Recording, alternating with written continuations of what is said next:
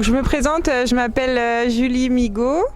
Je me suis installée en septembre 2020, donc très récemment. On a acheté ici 22 hectares de terre de manière collective. C'est un groupe foncier agricole composé de 66 personnes qui a investi dans le foncier pour me soutenir dans mon installation. On est dans le Saumurois, donc dans le département du Maine-et-Loire.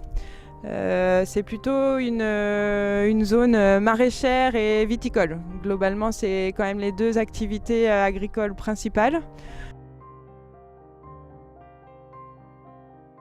En fait, il y a beaucoup d'éléments extérieurs qui conditionnent l'activité et dont le paysan n'a pas la maîtrise, en fait. Donc forcément, il y a une prise de risque importante. On ne peut pas prédire d'une année sur l'autre quel va être le climat, quelle va être la récolte. On peut, dans certains circuits longs, même pas prévoir à quel prix on va vendre ces produits. Donc effectivement, il y a une incertitude quand même assez importante qui est liée à cette profession.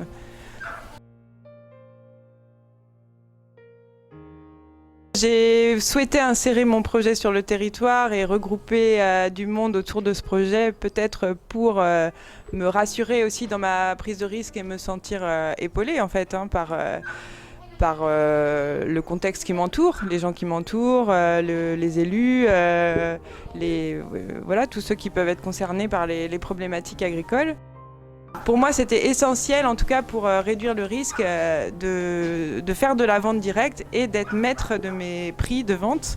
Pas pour objectif de devenir millionnaire, c'est pas ça, mais à minima d'avoir un prix de vente qui soit cohérent par rapport aux charges que j'ai dans mon système.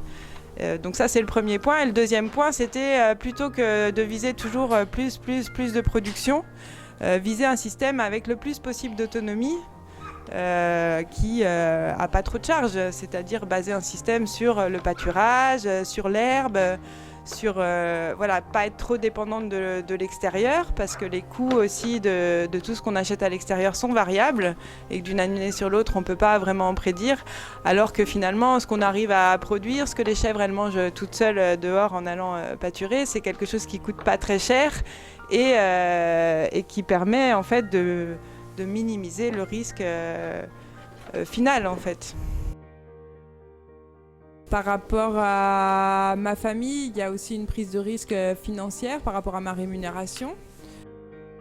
Le risque aussi, il est aussi sur le plan sanitaire. C'est vrai qu'on est en veille, comme je transforme l'ensemble de ma production et que je vends en direct, c'est aussi à moi de mettre en place ce qu'il faut pour prévenir le risque sanitaire, que ce soit sur le troupeau ou sur le fromage in fine.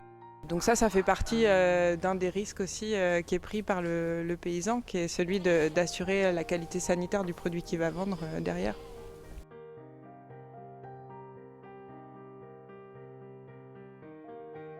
Oui, moi, ça a été au cœur de mes préoccupations.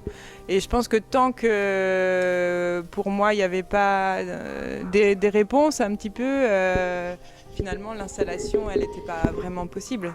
Elle est possible au moment où on a l'impression quand même d'avoir quelques cartes en main. On sait qu'il y a beaucoup d'éléments extérieurs qui sont immaîtrisable, on peut pas influer sur le climat, on peut pas. Par contre, effectivement, des terres ici qui ont une possibilité d'être irriguées, c'est sécurisant.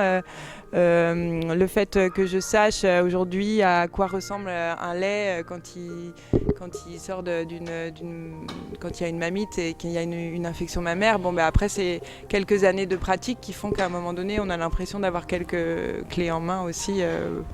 Pour minimiser le risque.